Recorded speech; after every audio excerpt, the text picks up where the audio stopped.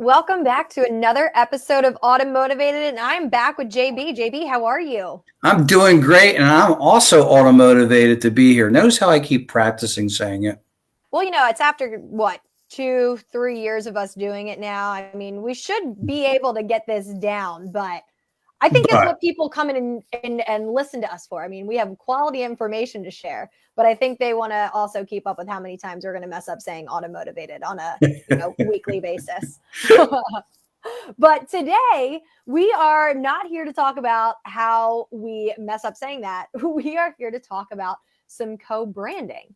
There's a lot of fun examples to talk about. There's a lot of reasons why you do it. But, if we're just looking at co-branding in general, how would you describe co-branding? well, the way in my layman terms, I'll describe co-branding as leaning on the shoulders of already established brands. And we know that in the automotive field, there's a lot of established brands out there. And that's why a lot of advertising and things that you see always include some of these companies, because you're riding on their success, you're riding on their quality and everything else that they present. And customers are going to see that, and it's going to kind of glow. It's going to kind of show up on your side too, on your logo and your branding. So that's I think the very basic description of it. Yep. Yeah, it's a strategic marketing alliance, right? Well, there you go. You're saying, Strategic. hey, we want to be associated together, and we have and oftentimes I think what's interesting, you can see people that have similar audiences that want to come together for a more powerful message, or you can see people trying to get into a specific audience target where, the brand that they're, partnering with already has a really strong connection with a very specific audience. So let's think about people that are trying to expand their brand, get into a new type of market share, that they say, hey, we want to partner with this company who already has a really great, reputation with this audience. How do we, to your point, ride on their coattails? But I think it's something that's really important, because not only are you going to want to consider, who it is that you're partnering with, who their audience base is, what that messaging is, but, you have to make sure that, in a lot of, cultural ways, you also align well with the company that you're doing co-branding partnerships with as well. It needs to be something that across all fronts is a team that you want to associate with through and through. And that's really important, Shana, because, I do a little research before we have our meetings and these conversations. And one of the things that does state that when you do start co-branding, it's always good to ease into it, to make sure that is going to be a positive effect on your brand as well as the other brand. And that makes total sense. So, you don't want to just jump on here and go crazy with it, but you might want to just start to phase it in and see which other brand gives you more bang for the buck. Yep, absolutely. So what are some of the co-branding partnerships that you know of, or what are some of the co-branding opportunities that shops have?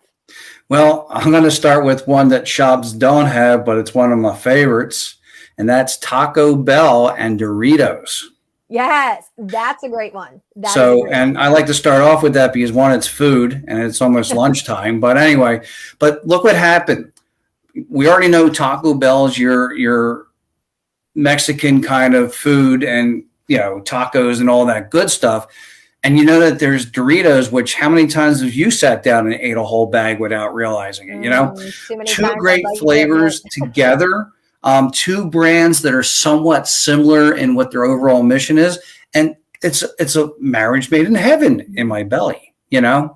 So that's really big. In the automotive world, look at some of the things that have happened, like in the industry, the manufacturers.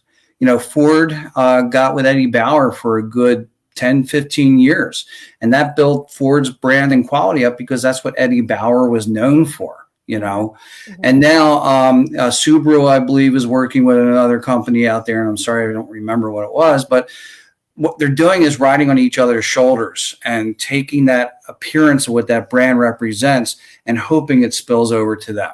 Okay. And your shop can do the same thing.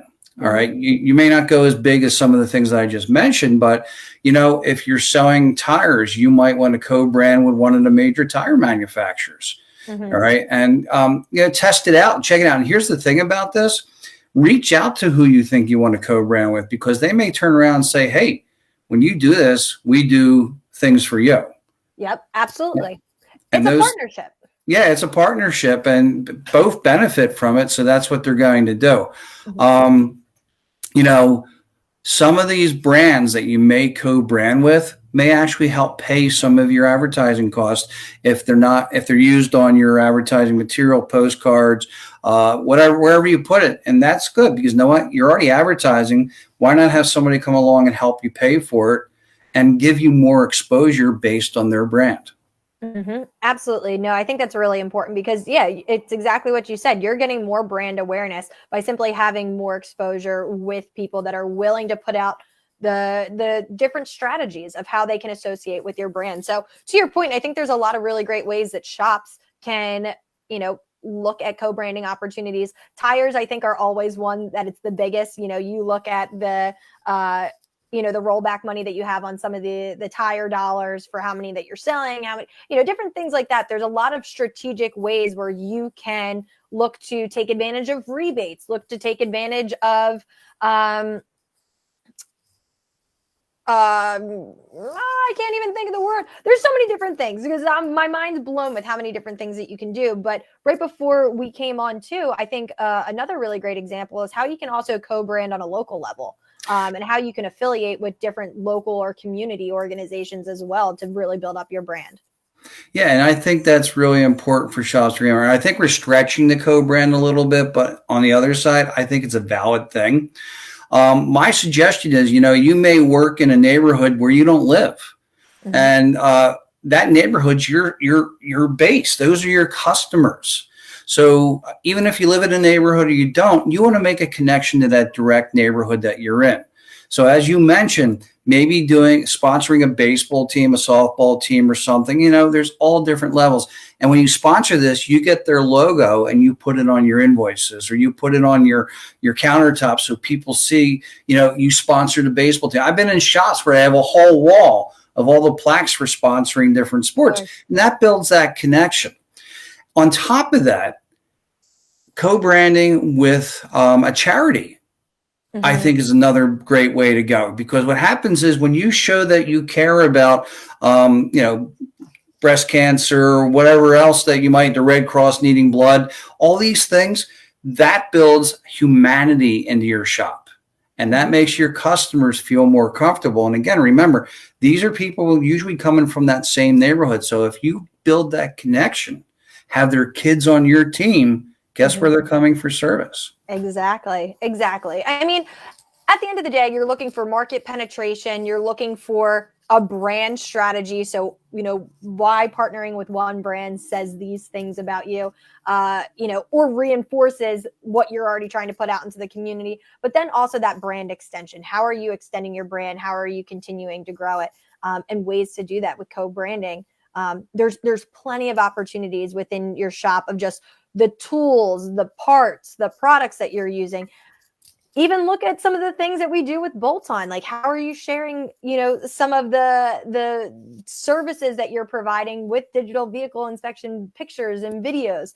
You can look at all different things that you have with brands within your shop, within your base, to really see, what can we do to really look to, co-branding opportunities. Yeah. And you know what, Shana? It's not a real expensive thing to do. And sometimes, as I mentioned, it pays. Exactly. So you definitely want to look at it. It's a very simple thing to do. A little research, a little work with the company, and bam, you may build your base, your customer base, a lot larger than it already is. Absolutely. So we want to know, for everybody that's been listening, anybody that tunes in after we go live, what are some of the co-branding opportunities that you're using at your shop now, whether it's tires, again, whether it's other products? We'd love to know, how has it worked for you? What has been your experience? We want to hear directly from our shops, from our customers, from our followers. But Yeah, I think it's great. I think if people aren't doing it, it's a simple way to elevate your strategy overall. And you can think of, the relationships that you already have. It's just extending on them and seeing what you can do in more of a public eye. Yeah. And building your brand and building your connection with your customers. Absolutely. I think we're both automotivated after that. I think you're going to go look at some branding opportunities. I'm going to go look at some partnerships, and we're going to bring this into fruition. I'm going to taste some branding opportunities. Yeah, I know you're going to go get that Crunch Wrap Supreme with the Dorito crust, aren't you? Well, look who knows all about it. See, it worked. Yeah, you might have gotten me on that one, but I know we're automotivated over here at Bolt On Technology. We hope you are too. Until next time, let us know what you think below.